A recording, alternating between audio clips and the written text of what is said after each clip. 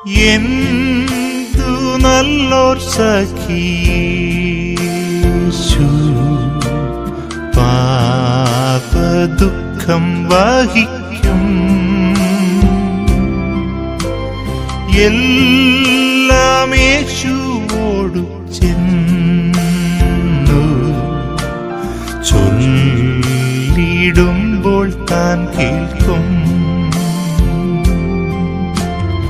നൊമ്പരമേറെ സഹിച്ചു സമാധാനങ്ങൾ നഷ്ടം. എല്ലാം യേശുവോടു ചെന്നു ചൊല്ലിടായിക നിമിത്തം. അവൻ അവരെ ഇരുട്ടിൽ നിന്നും അന്ധതമസിൽ നിന്നും പുറപ്പെടുവിച്ചു, അവരുടെ ബന്ധനങ്ങളെ അറുത്തു കളഞ്ഞു. 107 സങ്കീർത്തനം 14 വാക്യത്തിൽ ഇസ്രയേൽ ജനത്തിൻ്റെ പൂർവ്വകാല അവസ്ഥയെ വ്യക്തമാക്കിയാണ്. അവർ മിസ്രയീമെ അടിമത്തത്തിൽ കഴിഞ്ഞവരായിരുന്നു. എന്നാൽ ആ അടിമത്തത്തിൽ നിന്ന് ദൈവം അവരെ സ്വതന്ത്രരാക്കി. സ്വാതന്ത്ര്യം ആഗ്രഹിക്കാത്തവർ ആരുമില്ലല്ലോ.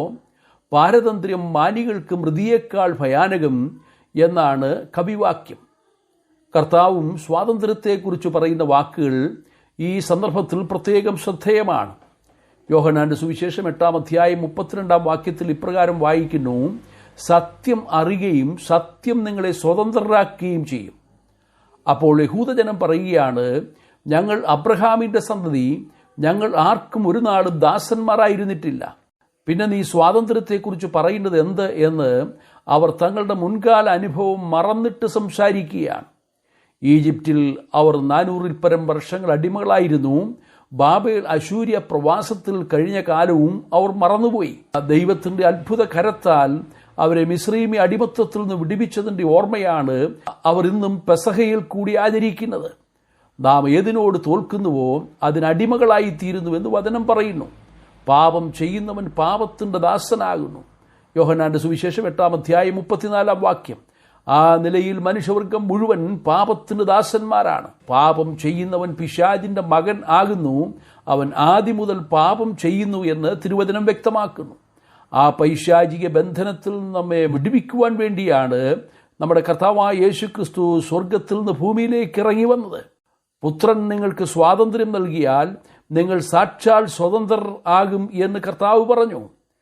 പുത്രൻ എന്നിവിടെ വിശേഷിപ്പിച്ചിരിക്കുന്നത് നമ്മുടെ കർത്താവായ യേശുക്രിസ്തുവിനെ സംബന്ധിച്ചാണ്. യേശുക്രിസ്തുവിൽ കൂടെ മാത്രമേ മനുഷ്യവർഗത്തിന് പാപത്തിൻ്റെ പാരതന്ത്ര്യത്തിൽ നിന്ന്, പൈശാചിക ബന്ധനത്തിൽ നിന്ന് വിടുതൽ ലഭിക്കുവാൻ കഴിയുകയുള്ളൂ. പിശാചിൻ്റെ ബന്ധനത്തിൽ കഴിയുന്ന മനുഷ്യൻ മദ്യത്തിനും മയക്കുമരുന്നിനും മറ്റു ലഹരികൾക്കും അടിമയാണ്. അതുകൊണ്ട് കൊള്ളയും കൊലപാതകവും അക്രമവും ആത്മഹത്യകളും ദുർമാർഗ പ്രവർത്തികളും എല്ലാം പെരുകി വരുന്നു. ഇതിൽ നിന്നെല്ലാം മോചനം ക്രിസ്തുവിലൂടെ മാത്രമേ ലഭ്യമാകുന്നുള്ളൂ. പാപപാശത്താൽ ബന്ധിതരായിരുന്ന നമ്മെ വിടുവിക്കുവാൻ ക്രിസ്തു നമുക്ക് വേണ്ടി ബന്ധിതനായി.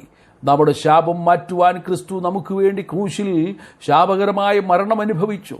നമ്മെ നിത്യമായ മരണത്തിൽ നിന്നും വിടുവിക്കുവാൻ ക്രിസ്തു മരണത്തിൻ്റെ ആഴത്തിലേക്ക് ഇറങ്ങി. നമുക്ക് നിത്യജീവൻ നൽകുവാൻ ക്രിസ്തു തൻ്റെ ജീവരക്തം നമുക്കായി ഊറ്റിത്തന്നു.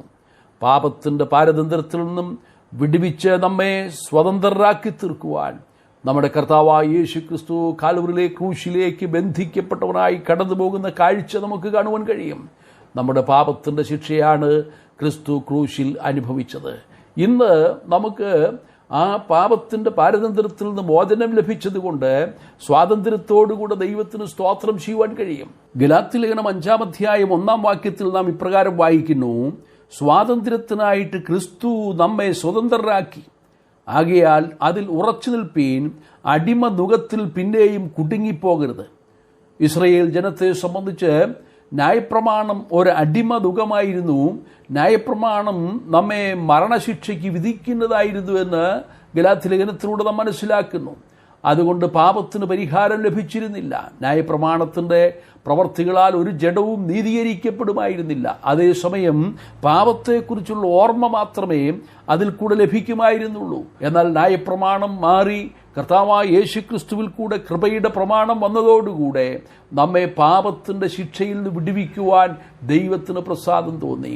നാം റോമാലേഖനം 8-ാം അധ്യായത്തിൽ ഇപ്രകാരം വായിക്കുന്നു, അതുകൊണ്ട് ഇപ്പോൾ ക്രിസ്തുവേശുവിലുള്ളവർക്ക് ഒരു ശിക്ഷാവിധിയുമില്ല.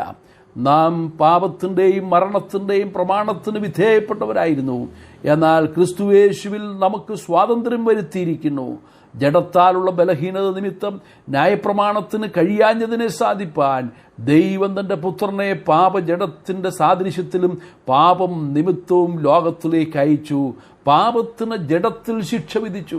അതെ, നമ്മുടെ കർത്താവായ യേശുക്രിസ്തു പാപത്തിൻ്റെ ശിക്ഷ ഏറ്റെടുത്ത് നമുക്ക് വേണ്ടി ശാപകരമായ ക്രൂശുമരണം അനുഭവിച്ചതുകൊണ്ട് ന്യായപ്രമാണം പറയുന്ന മരണശിക്ഷ നമ്മുടെ കർത്താവായ യേശുക്രിസ്തു തൻ്റെ ശരീരത്തിൽ ഏറ്റെടുത്തതുകൊണ്ട് ന്യായപ്രമാണത്തിൻ്റെ നീതി കർത്താവായ യേശുക്രിസ്തുവിൽ കൂടെ നിവർത്തിക്കപ്പെട്ടതുകൊണ്ട് നമുക്ക് പാപത്തിൻ്റെ ശിക്ഷയിൽ നിന്ന് വിടുതൽ ലഭിച്ചിരിക്കുകയാണ്. അതെ, നമ്മുടെ കർത്താവായ യേശുക്രിസ്തു മരത്തിന്മേൽ തൂങ്ങുന്നവനെല്ലാം ശപിക്കപ്പെട്ടവനെന്ന് എഴുതിയിരിക്കുന്നത് പോലെ നമുക്ക് വേണ്ടി ശാപകരമായ മരണം ക്രൂശിൽ അനുഭവിച്ചതുകൊണ്ട് പാപത്തിൻ്റെ ശിക്ഷയിൽ നിന്ന് നമുക്ക് സ്വാതന്ത്ര്യം ലഭിച്ചിരിക്കുകയാണ്.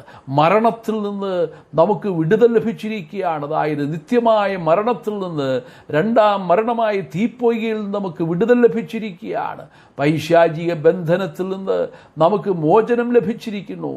കർത്താവായ യേശുക്രിസ്തുവിൽ കൂടെ നമുക്ക് ലഭിച്ചിരിക്കുന്ന സ്വാതന്ത്ര്യത്തിനായി നമുക്ക് ദൈവത്തിന് സ്തോത്രം ചെയ്യാം. ഇനിയും അടിമനുഖത്തിൽ കുടുങ്ങിപ്പോകാതെ ക്രിസ്തുയേശുവിലുള്ള സ്വാതന്ത്ര്യം അനുഭവിച്ചുകൊണ്ട് ദൈവമഹത്വത്തിനായി ജീവിക്കുവാൻ ദൈവം നമ്മെക്കുറിച്ച് ആഗ്രഹിക്കുകയാണ്.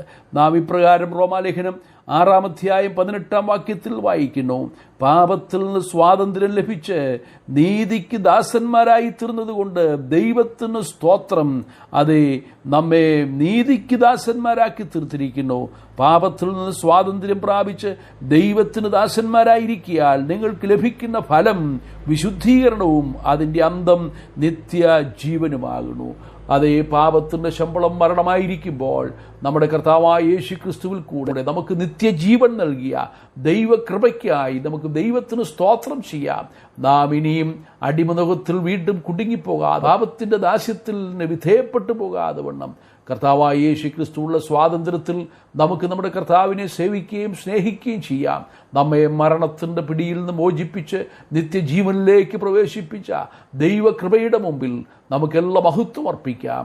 കർത്താവിൻ്റെ നാമം മഹത്വപ്പെടുമാറാകട്ടെ. സ്വർഗീയ പിതാവേ, ഞങ്ങൾ പാപത്തിന് ദാസന്മാരായിരുന്നു, പൈശാചിക ബന്ധനത്തിൽ കഴിഞ്ഞവരായിരുന്നു.